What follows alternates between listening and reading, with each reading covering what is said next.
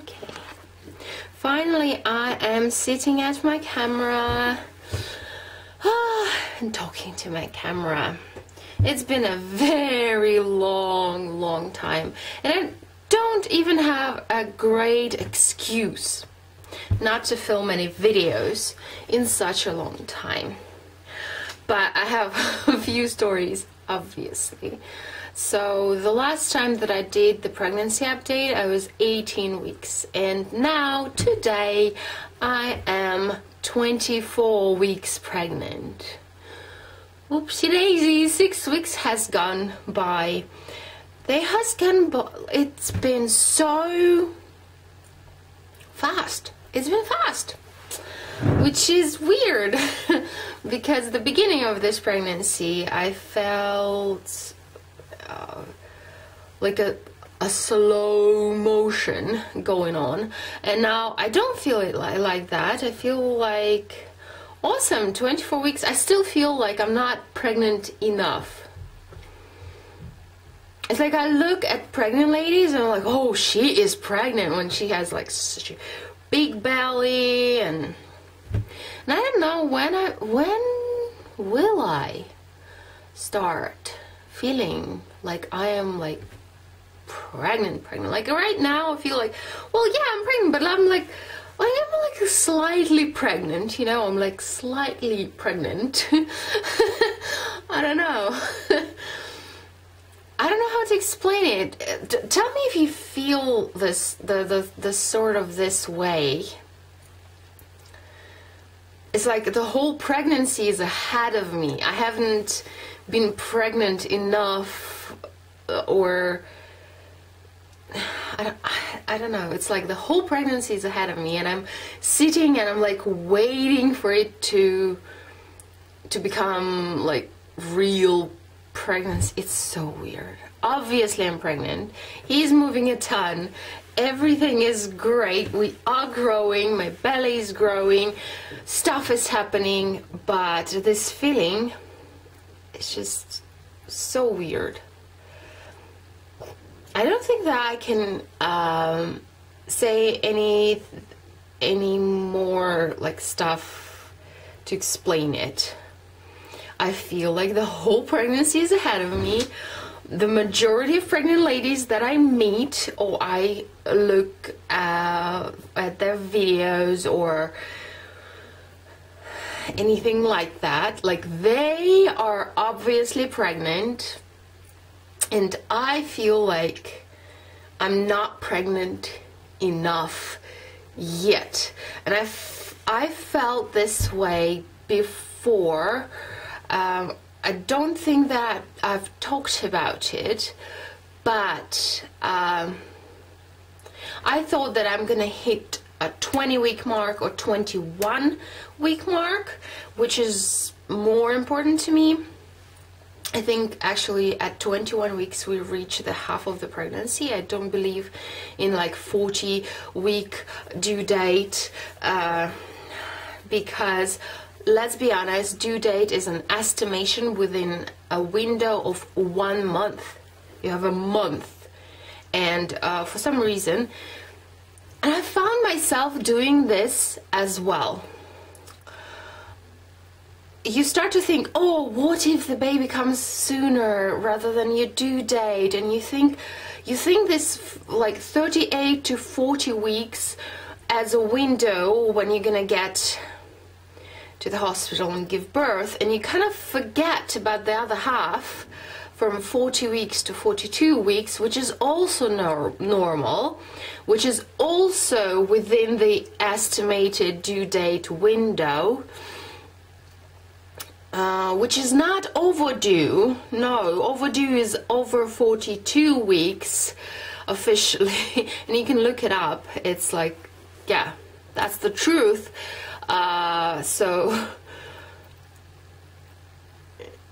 But for some reason, everything that are after 40 weeks, people nowadays, they consider like, oh, you are going over. You're not. So I'm really trying to change myself in here, like mentally prepare myself that, He might come 41 weeks. He might wait even longer than that. And that is okay. Like, I'm not trying to convince myself, but I really feel this way. But the constant kind of peer pressure, I guess, or not exactly peer pressure, but all the information somehow targets this 38 weeks to 40 weeks window. Okay, I'm rambling. This is a pregnancy update. You're here to probably hear, if you are here, to hear me talk actually about my pregnancy symptoms. So, week 19 I didn't do update because I had a little bit of a scare and I didn't feel like filming anything and talking to a camera. It was nothing serious. Honestly, I've seen ladies film through so much worse stuff. They went to the emergency rooms and they had like horrible experiences. However, mine was like very mild. I did go to the OBGYN. She was awful. I tried to change my OBGYN. I failed at it because I was 20 weeks already, and in here at least, I want to say like in Russia, but I'm not even sure. I think maybe it's just here in our crazy town because we have a monopoly on giving birth. We only have one birthing place, one hospital that can take you in. So you're kind of limited, your choices are very limited. So, I don't know, maybe it's just here, maybe it's like in Russia, but you're allowed to change your OBGYN easily, only up to 20 weeks. And after that, it's a hustle and it's very problematic. And I failed. Anyway, so when I had my scare, what happened, I started feeling crampy. And my daughter got an ear infection. Again, she just had an ear infection. We went to the kindergarten 3 times. 3 times, I'm not kidding, and she got another one. And we changed the specialist and she's fine now. We actually found a better ear doctor specialist, and he actually prescribed a lot of stuff. He prescribed 3 antibiotics, which I was like not happy about it, and I didn't give her one of them, but it's like a totally completely different story. Anyway, it actually worked. What he prescribed actually worked, and she's fine now. I really, really, really hope that she is. She's not gonna like go down. But anyway, I was so frustrated with her getting an ear infection so soon, and the antibiotics, and we just stopped the antibiotics with her. I don't know, this frustration led to me, and this stress led to me starting to have cramps. Also, I didn't sleep well, obviously, because you know, ear infections are terrible and children are suffering. So we were suffering through the night, and on the second night of the sickness, of her illness, the cramps started to get from the uncomfortable to painful, and to point where I just had a thought that maybe I should go to the hospital, which I decided to wait up until the morning. Like, I didn't feel like they were not regular. I didn't have any kind of discharge or anything happening. It was just a hardening of the belly and the crampy feeling right down below, you know, the menstrual type of thing, but it never went like above the menstrual kind of level, which my menstrual level is pretty high. I do have endometriosis, and I have had it for all my life, so it's pretty high for me. But I felt, I don't know, I decided that I'll be fine to go to my OBGYN in the morning. So I came into her office and she was like, what are you doing here? I was like, well, I have this complaint, and I described what was going on last 2 days, and the through the night thing, and that laying on my side didn't help, and I did take the muscle relaxant that you are allowed to take with your pregnancy. With my daughter I had tonus, anyway, so I knew that I can do this, so I tried to do that, and that didn't work. So she told me straight up, she told me, what do you want from me? You just had a flu, and that is one of the first reasons to have premature labor, and like, I can't do anything about it. You're too early. It's too early to do anything about it medically. So kind of like, just, what do you want from me? I can give you something from your symptoms, like painkiller and stuff, but I really can't do anything to help you. It was so awful. I looked at her and she didn't even see me. I just walked into her office and she asked me one question, which I answered, and she just kind of like blurred this whole speech out that she has no opportunity to help me.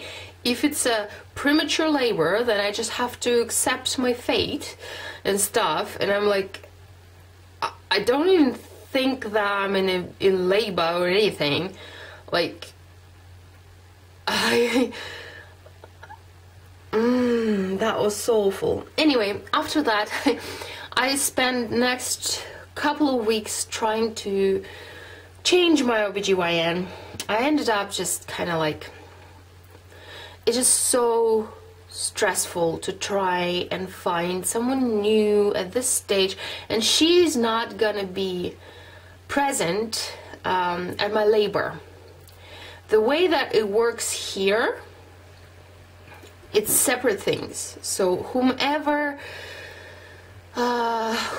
you are seeing for your pregnancy, he's not in your delivery room. You're not, like, you will get whomever you're gonna get, basically. I know that it is weird concept for the majority of people, but this is the way it works here. So I only have to see her a few times, and then never see her again. I don't know. Maybe this. I tried. I went to another OBGYN and she was like, well, I can't take you. I'm sorry, but I can't. It's like too late in your pregnancy. The other OBGYN that was highly recommended, I came to her, but she has a high risk practice. So you can get in only if you are high risk, and I am not, which is weird because I'm also high risk for now, like from this point on.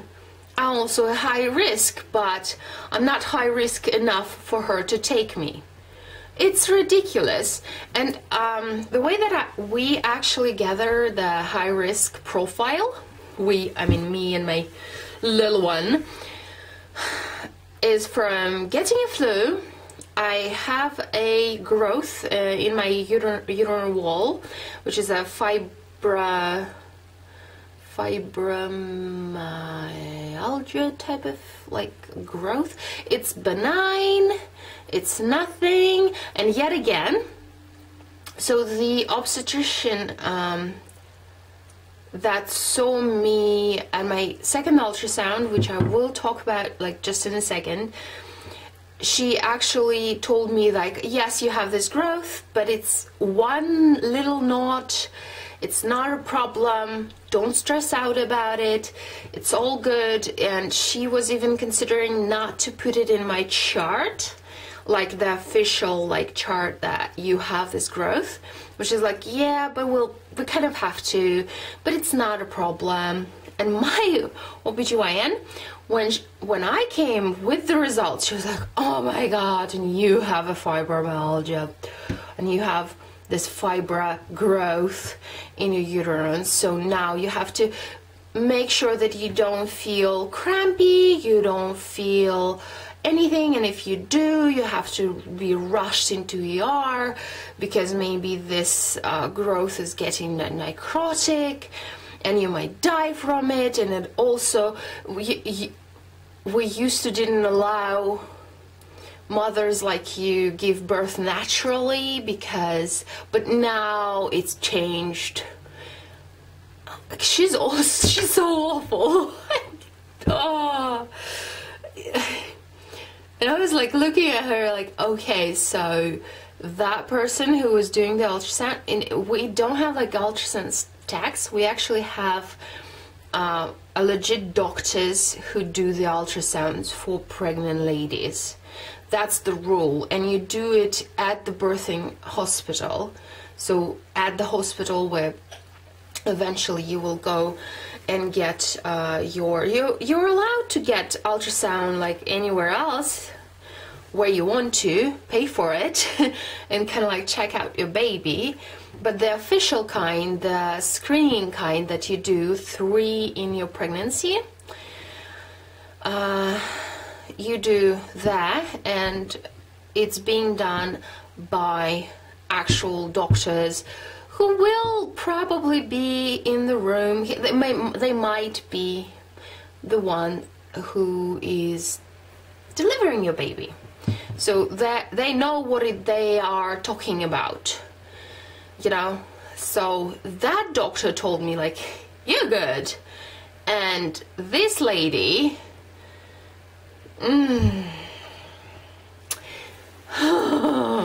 anyway, let's move forward. So I also got a uterine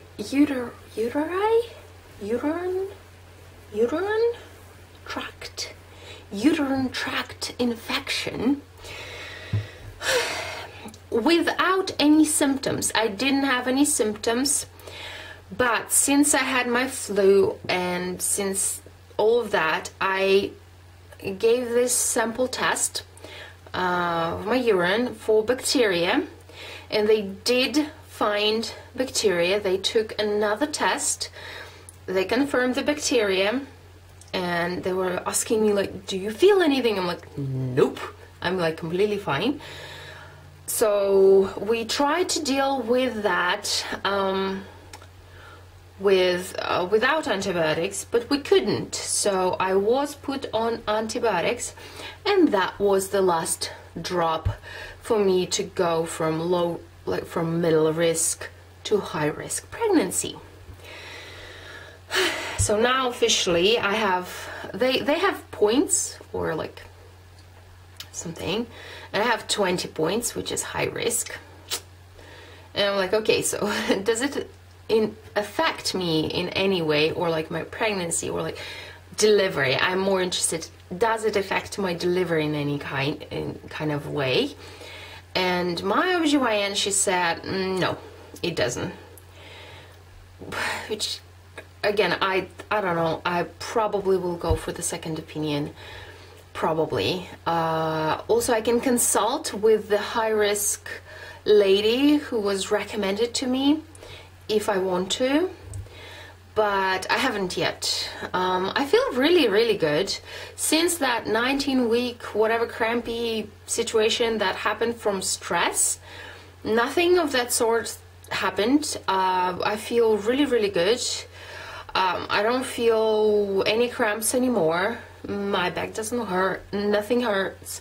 I did, however, started to develop a little bit of cramping in my legs, especially my calves, during the night, closer to the morning, when I wake up, I start like little cramps, like they're not nothing. I know how cramps can be. I had a torn muscle in my life. I was bitten by dogs, and when that was recovering, those cramps were terrifyingly awful. With my daughter, I did develop a little bit of cramps in my calves as well, especially on my left side. That's the torn muscle for me. But right now I'm dealing with it really nicely. I upped my magnesium, so I am taking a separate supplement of magnesium now and B6, which help. Also, I am upping the calcium intake and kalium intake via food. So I'm eating bananas and cottage cheese, which I crave. My cravings lately are very weird. I want something salty, and then I want something sweet, and then immediately after that I want something salty. So I can eat a fish sandwich, then I can eat a cottage cheese with jam or syrup, which that's my favorite thing right now, cottage cheese with jam. And then I want something salty. This is awful, and it gives me a bit of a gassy problem, so I'm trying to contain this craziness as much as I possibly can. Also, I feel like I need to stop taking so much salty stuff. I do feel like probably I need to go lower on that. I'm not swelling like exactly, but I'm like getting there. I did have a few nights where my legs were very tired, especially my ankles. I did have a little bit of a swelling type of situation going on with my ankles. So I'm like trying to be cautious about it right now. But yeah, diet wise, I was not the best. I need to work on that. Really do. That's gonna be my goal for my next update. I want to be better with my diet for the week 25, which I hope I will update you on. Anyway, actually I tried to make a new update, but the whole footage was very not good, and I ended up finding out that my daughter actually played with the camera and it died a little bit. It didn't die, it got sick. We cured it. Anyway, I'm trying to think any symptoms. Crazy dreams a bit back. Can't sleep. I want to sleep again. From week 19, like week 20 to 21, I felt a lot better. I stopped needing a nap in the middle of the day. Well, not like obviously, if I could, I would have taken a nap any day. Taking naps, awesome. But before that, it was crucial that I would nap. You know, I was so sleepy. And then I had a couple of weeks, like week 20 to 21, I've put it in my notes that I'm feeling so much more energy, and the sun was going out. Sun, where's the sun? Anyway, there is no sun anymore. It's very rainy and foggy and very cold again. Very cold outside and rainy. Anyway, that's yeah, weather. Maybe it's just because of the weather, but this week, from when I turned 23 weeks up to this day, I am dead by like 12 o'clock. So I wake up at 6, and by like 12 o'clock, I'm dead in the water. I'm like, I have to take a nap. And my naps were very, very long. Very long. I can sleep easily for 3 hours, which is horrible because I have so much stuff to do at home in my lunch break. I usually work in the morning, then I have a lunch break, a window, not like a break, like a real window, and then I work in the evening up to late evening. So my schedule was quite weird. But in my lunch window, I have to do stuff. I have to cook dinner, I have to clean the house, like walk the dog. I have stuff to do, and I was not capable of doing them this week at all, like, because I was very, very, very sleepy. But also I decided that I need to go to bed if I feel like this, because the last time when I felt like this and I didn't, and I continued to push myself through that feeling, I actually got my first sinus infection. Yeah, well, anyway.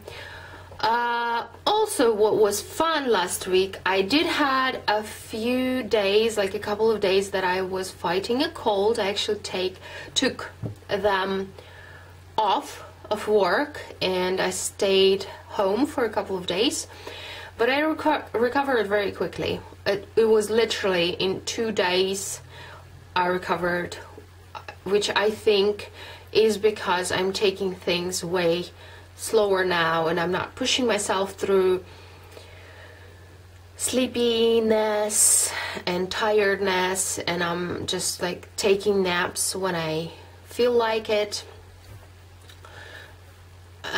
So yeah, that's been good. Now, cravings, I told you, salty, sweet, salty, in that order. I've been pretty good with my digestive system. I did have a few days where I felt like getting closer to being constipated, but I upped my raw veggies and fruit, and that all went away, which is awesome. With Elizabeth, by this point, I already developed hemorrhoids, and very painful, and I was on lots of medication for that because it was inflamed, and oh, it was horrible. And this time around, oh, good, which I think is because of my diet and what the changes that I did with my diet. So that's been good. However, I did feel a bit of heartburn, but it's not even like hardcore heartburn, more of like a reflux type of thing. I had to modify the amount of food that I eat. Pretty much I cut it in half now, and I eat more frequently, but like smaller portions, because what I found is that if I eat too much, even though I feel like he's not there yet, but something is pushing my stomach up, and